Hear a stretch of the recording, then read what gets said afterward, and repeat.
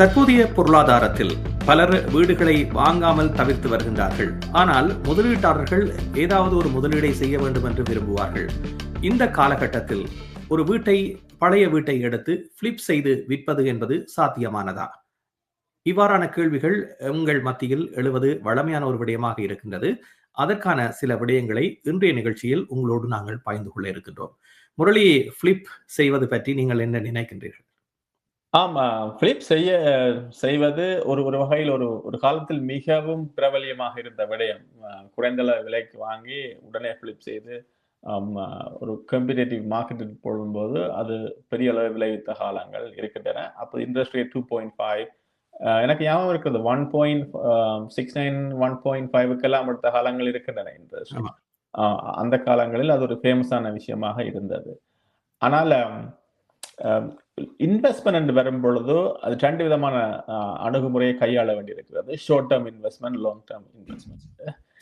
Short term investment செய்கிறார்கள். இன்று வீட்டை வாங்கிவிட்டு 2-3 மாதங்களில் அதை பிளிப் பண்ணி அதை விற்று அதனுடைய வருமானத்தை பெருக்குவதற்கான வழிமுறை. அது இந்த காலத்தில் இல்லை என்றே நான் நினைக்கிறேன்.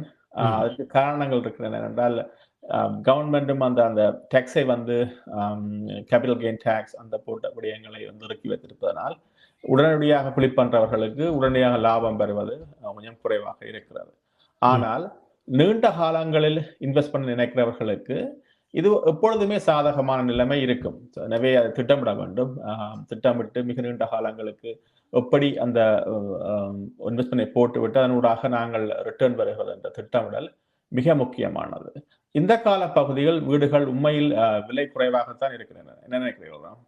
நிச்சயமாக ஒருவர் வீட்டை வாங்க வேண்டும் என்று நினைப்பவருக்கு இது ஒரு சாதகமான காலப்பகுதியாக இருக்கின்றது. பலருடைய மனநிலை என்பது இன்னும் இந்த விலை என்பது குறையும் என்று நினைக்கின்றார்கள். ஆகவே இந்த சந்தையை அவர்கள் மிகவும் உன்னிப்பாக அவதானித்து வருகின்றார்கள். அதே நேரத்தில் வட்டி வீதமும் குறையும் என்று எதிர்பார்ப்பவர்களும் இருக்கிறார்கள். இந்த சூழ்நிலை வருகின்ற பொழுது இவ்வாறான நிலைமை ஏற்படுவது என்பது கடந்த காலங்களில் இல்லாத ஒன்றாக இருந்தது. ஆனால் இப்பொழுது அது ஒரு சாத்தியமான ஒன்றாக மாறியிருக்கிறது. வட்டி வீதம் குறைகின்ற பொழுது வீடுகளினுடைய விலை அதிகரித்ததுதான் வழமையாக இருந்தது. இது வழமைக்கு மாறான ஒரு திசை நோக்கி இந்த வீடு விற்பனை சந்தை என்பது செல்லுகின்ற பொழுது இவ்வாறு ஒரு பழைய வீட்டை வாங்கி, அதாவது பணவசதி, டவுன் பேமெண்ட் உங்களுக்கு தாராளமாக இருக்கின்றது அல்லது நீங்கள் இருக்கின்ற வீட்டில் ஈக்விட்டி நன்றாக இருக்கின்றது என்று நினைப்பவர்கள் நீங்கள் இதனை செய்ய முயற்சிக்கலாம். ஆனால் இதற்கான தேடல்கள் என்பது அதிகமாக உங்களுக்கு தேவை. ஏனென்றால் சந்தையில் ஏராளமான வீடுகள் இருக்கின்றன. இருந்தாலும் இந்த வீட்டை நீங்கள் வாங்குகின்ற பொழுது உங்களுக்கு அதிக லாபம் கிடைக்க வேண்டும் என்ற ஒரு முனைப்பில் நீங்கள் இந்த தேடுதல்களை மேற்கொண்டால்தான் எதிர்காலத்தில் மேலும் விலை குறைந்தால் கூட அதனை உங்களால் தக்க வைத்துக் கொள்ளக்கூடிய ஒன்றாக இருக்கும். இதே நேரத்தில் பலர் இந்த வீடுகளை பிளிப் செய்ய முனைகின்ற பொழுது சில விடயங்களை கவனிக்காமல் விட்டு விடுகிறார்கள். ஏனென்றால் அவர்கள் மோர்கேஜ் எடுப்பதற்கான வட்டி வீதம் என்பது எவ்வளவானதாக இருக்கின்றது, அதற்கு நீங்கள் எவ்வளவு காலம் இந்த வீட்டை வைத்திருக்க போகிறீர்கள், அதற்கு செலவழிக்கின்ற தொகை எவ்வளவு, அதே நேரத்தில் வீடு விற்பனை துறையில் நீங்கள் முதலிடுகின்ற பொழுது அதற்கான செலவுகள் எல்லாவற்றையும் நீங்கள் கணக்கில் எடுத்து அதன் மூலமாக நீங்கள் ஒரு திருத்த வேலைகளை செய்து மீண்டும் வீட்டை விற்கின்ற பொழுது அந்த கால இடைவெளியில் நீங்கள் செலவு செய்கின்ற பணம் எல்லாம் உங்களுக்கு திருப்பி வரக்கூடியதாக இருக்கின்றதா என்ற ஒரு கணிப்பீட்டை நீங்கள் முதலில் மேற்கொள்ள வேண்டும். அதன் பின்னர் இவ்வாறான விடயங்களை செய்வது என்பது மிக பொருத்தமானதாக இருக்கும். கடந்த காலங்களில் இவ்வாறான விடயங்களை செய்து கூடுதலானவர்கள் நல்ல பணம் சம்பாதித்ததை நாங்கள் பார்த்திருக்கின்றோம். குறிப்பாக இந்த கட்டுமான துறையில் ஈடுபடுபவர்கள் தாங்கள் வின்டர் காலத்தில் வேலைகள் குறைந்து இருக்கின்ற பொழுது இவ்வாறான வீடுகளை வாங்கி அவர்கள் தங்களுக்கு இந்த கட்டுமானத்துறை சம்பந்தமான வேலைகள் இல்லாத நேரத்தில், பிஸியாக இல்லாத நேரத்தில் அவர்கள் தங்களுடைய இந்த கட்டுமானத்திற்கு பயன்படுகின்ற பொருட்களையும் ஊழியர்களையும் பயன்படுத்தி தாங்கள் இவ்வாறு பிளிப் செய்ய விரும்புகின்ற வீடுகளை வாங்கி அவர்கள் செய்து பின்னர் சந்தைக்கு கொண்டு வந்து அதனை விற்று கூடுதலாக சம்பாதித்திருக்கின்றார்கள்.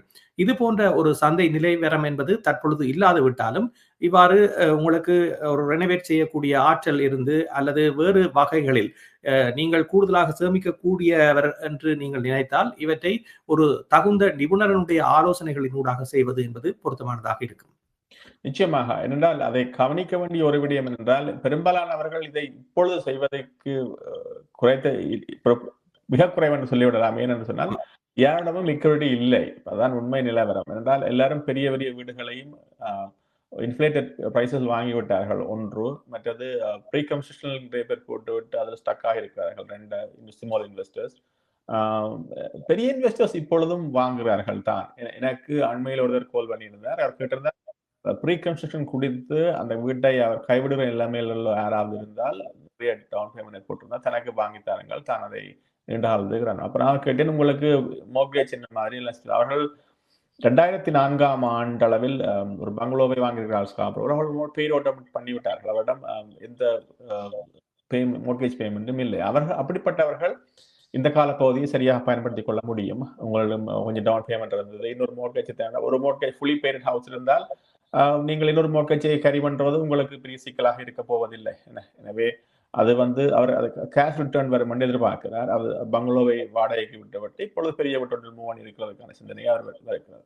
எனவே இதுகள் வேலை செய்யும். அப்ப இந்த கால பகுதி தான் என்னென்றால் ஒன்றே விளங்குவோம், எப்படியோ இன்ஃபிளேஷன் எங்களுக்கு நான் நினைக்கிறேன் கூடத்தான் போகுது. இந்த வேலைவாய்ப்பு இல்லாதிருந்த பொழுதும் அடுத்த வருடம் 4% பொருட்களின் உணவுப் பொருட்களின் விலை அதிகரிக்க போகுது. எனவே கனமடி இன்ஃபிளேட்டட் ரேட் இன்ஃபிளேஷன் ரேட் கூடத்தான் போகுது.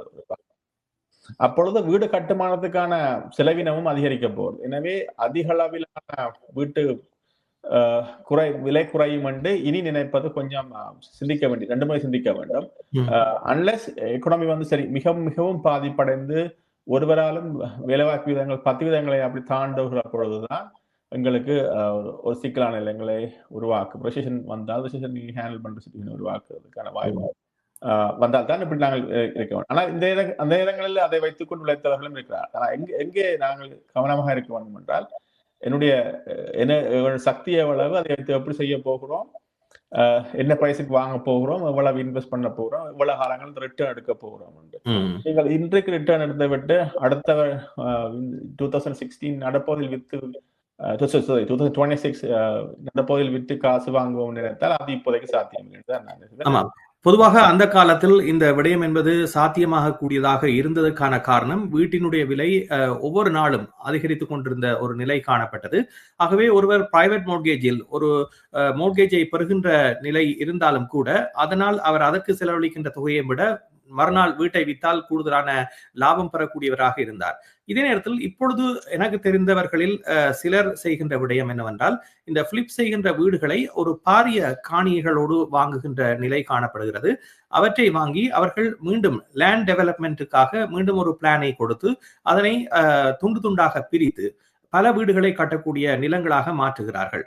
ஏற்கனவே ஒரு பழைய வீடு இருந்தால் அந்த காணியை தனியாக கூடிய வகையில் அந்த அமைப்பை அந்த காணி கொண்டிருக்குமானால் அந்த வீட்டை மட்டும் அவர்கள் தனியே எடுத்துக்கொண்டு மீதம் இருக்கின்ற நிலப்பரப்பை அவர்கள் பிரித்து அதனை லேண்ட் டெவலப்மெண்ட்க்கு கொடுக்கக்கூடிய வழிவகை செய்யக்கூடிய நிலை இருந்தால் அதை சிட்டியோடு அவர்கள் பேசி ஒரு புதிய பிளானை கொடுத்து அதனூடாக அப்ரூவலை எடுத்துக்கொண்டு செயற்படுகிறார்கள்.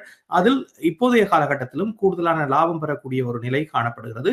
ஆகவே இந்த பிளிப் என்பது நீங்கள் எப்படி செய்ய போகின்றீர்கள், அதில் என்னென்ன விதத்தில் உங்களுடைய நோக்கங்கள் இருக்கின்றன என்பதனை பொறுத்து நீங்கள் ஒரு நிபுணரின் ஆலோசனையினூடாக இவற்றை மேற்கொள்ளலாம். நிச்சயமாக அது பைலோக்கல் நிறைய விடயங்கள் இருக்கிறது. யாராவது நீங்கள் தொடர்புள்ள நாங்கள் அதை அனலைஸ் பண்ணி சொல்லுகிறோம். ஒவ்வொரு சிட்டிக்கு ஒவ்வொரு மாதிரி, ஒவ்வொரு ரீஜனல் ஒரு மாதிரி இருக்கிறது. ஸோ அதில் நிறைய விடயங்கள் தங்கி இருக்கின்றன. அதை பற்றி மேலே இன்வெஸ்ட் பண்ண விரும்பினால் எங்களுக்கு கான்டாக்ட் பண்ணலாம், நாங்கள் அதை செய்து கொடுத்துருவோம்.